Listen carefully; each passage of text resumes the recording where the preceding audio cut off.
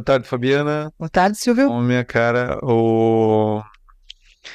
a Fabiana é uma especialista em contabilidade, controladoria e diagnóstico fiscal, né? E a intenção hoje, Fabiana, é falar um pouquinho sobre o diagnóstico fiscal especificamente, né?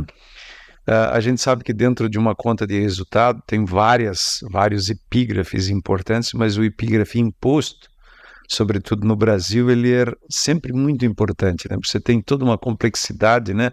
No Brasil, são impostos estaduais, que cada estado tem as suas particularidades, são impostos federais, são complexidades de legislação que variam de produto para produto, são regimes especiais, né? Específicos, né, para Específicos, exatamente. Às vezes um estado tem um regime, às vezes é um regime para uma atividade e tal. bastante coisa. São mudanças de lei, né, que acontecem ao longo do período e tal. Então, a ideia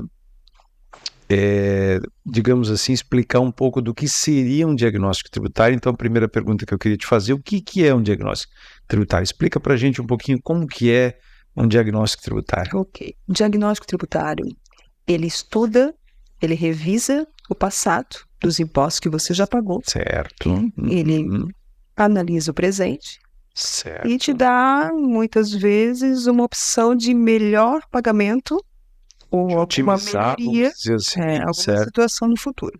Otimiza o futuro. Quando Isso. você fala de passado, você está falando de quanto tempo no passado? Quer dizer, eu consigo então voltar no passado e fazer uma revisão do passado, Isso, certo? até 5 anos. Até 5 anos. 60 meses. Se eu, durante esses 5 anos, eu paguei alguma coisa indevidamente, A maior. cometi um erro, a maior, tal, eu consigo ir lá e rever esses valores. Buscar esse valor para você. Legal, até 5 anos. Muito bem.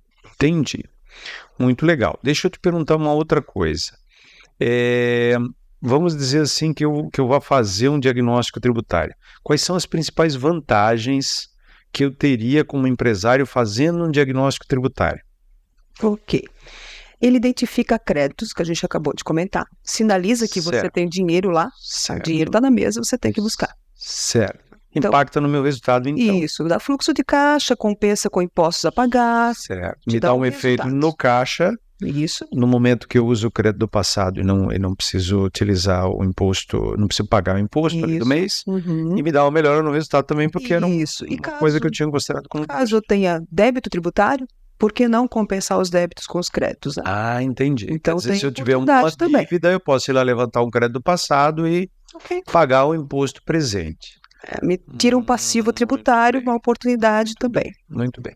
Tem um efeito, assim, também de você fazer uma correção do teu planejamento, vamos dizer assim? Então, por exemplo, ele te dá a opção de você ter uma classificação melhor das mercadorias, por exemplo.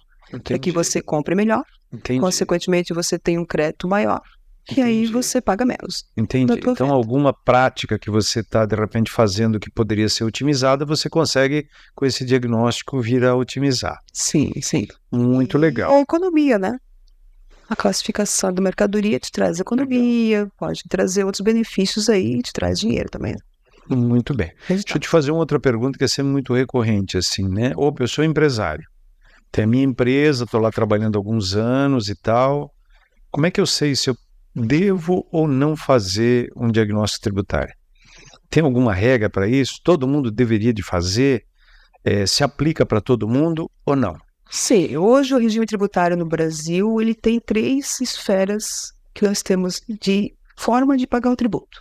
Certo. Então, se você está no simples, se você está no lucro presumido, se você está no lucro real, são 3 modalidades de impostos, que eles têm formas diferentes de serem apurados, mas eles têm suas particularidades nas suas compras, enfim, no formato, como se você é indústria, você tem alguns benefícios, às vezes a indústria ela tem uma grande carga tributária, mas ela não consegue, dependendo como é que ela vende, ela não consegue repassar essa carga, mas a pessoa que comprou dela talvez com algum benefício conseguiria.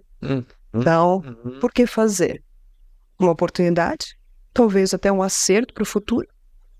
E Você até consegue fazer uma correção, né, da tua parametrização de imposto. Aí você consegue. dificilmente E aí não tem você, ganho. no futuro, consegue ir de uma maneira mais otimizada. Trabalhar talvez um novo produto para ter uma classificação fiscal com benefício, deixar talvez uma outra situação, estudar, enfim, possibilidades aí de novos Legal, legal. Eu vejo assim que a gente tem uma dificuldade muito grande, às vezes, de melhorar a margem de contribuição, né? Se às vezes para melhorar com a operação, né, eu vou otimizar meu produto, vou otimizar o meu processo, ou eu vou aumentar um pouco o meu preço, né? Para eu ganhar 2, 3% de margem é muito difícil, né? No imposto se consegue ganhar esse, vamos dizer, um benefício, às vezes, de melhorar o teu resultado 2, 3%, depois de um diagnóstico tributário? Consegue.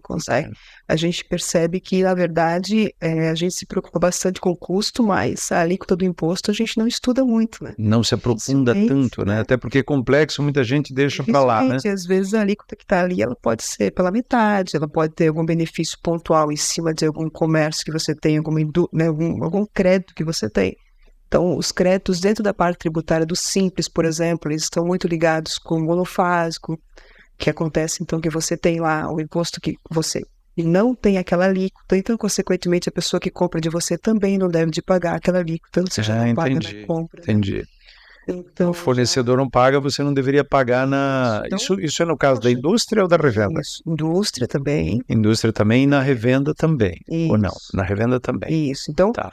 tem situações muito complexas quando a gente fala do lucro real. O lucro real, como ele tem todos os créditos federais, eles têm uma análise um pouquinho diferente. Então, vamos para a parte de insumos. Insumos no lucro real, o que é? O que é o inerente à minha atividade, essencial. Nem todo mundo usa essa classificação corretamente e, consequentemente, paga mais imposto por isso. Tem um produto lá que é insumo, que ele deveria usar o crédito, ele acaba classificando como não insumo e não usa o crédito. E não trata isso e está perdendo ali. Um dinheiro que é dele, que é legal, e ele acaba não utilizando. Não usa. Entendi. Então, entendi. Por que fazer? Se nós formos pensar assim, digamos assim, no potencial de levantamento do crédito, o real seria, então, talvez o que tem mais potencial, ou não? Isso. Lucro real. É provável que ele tem, sim, porque são créditos federais, então tem uma esfera bastante grande aí de impostos, né? Como também na indústria, PI, também ICMS, que geralmente é lucro presumido. Daí, né? A indústria tem um processo verticalizado, né, também, tal. Entendi, muito bem. Fabiana, muito obrigado, né, pela presença aqui, né, e pelos esclarecimentos aí sobre o diagnóstico tributário, tá bom? Obrigada. Um abraço.